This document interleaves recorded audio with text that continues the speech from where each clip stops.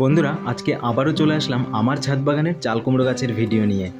এই চাল কুমড়ো গাছটা যখন মা ছাদে দড়ি বেঁধে তুলে দিয়েছিল তখন কিন্তু গ্রোথ ঠিকঠাক একদম হচ্ছিল না, কিন্তু এখন দেখো গাছটায় প্রচুর নতুন শাখা প্রশাখা ছেড়েছে আর সেগুলো থেকে কিন্তু প্রচুর চাল কুমড়ো হচ্ছে।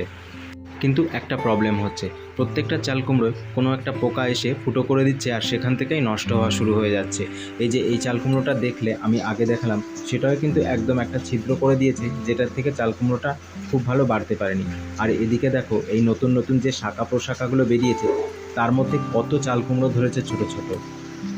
আমার মনে হচ্ছে এই যে ফুলে ফুলে মধু খেয়ে বেড়াচ্ছে, এগুলোই এসে ওই চাল কুমড়োয় হয়তো কোনোরকমভাবে ছিদ্র করে দিচ্ছে। এদিকে ক্যারেটের মধ্যে যে দুটো উচ্ছে গাছ বসিয়েছিলাম এগুলোও কিন্তু সুন্দরভাবে গ্রোথ নিতে শুরু করেছে, নতুন ডাল বেরিয়েছে। এই যে এই দুটো ডাল কিন্তু পরে বেরিয়েছে এই গাছ দুটো বসানোর পরে। এদিকের অপরাজিতা ফুল গাছে আজ কিন্তু 4-5টা ফুল ফুটেছে, ওগুলোই তুলে নেব পুজো দেবার জন্য, ঘরের পুজোতে ব্যবহার করবে ফুলগুলো। আজকের ভিডিওটা এই পর্যন্তই, খুব তাড়াতাড়ি দেখা হচ্ছে নেক্সট ভিডিওতে।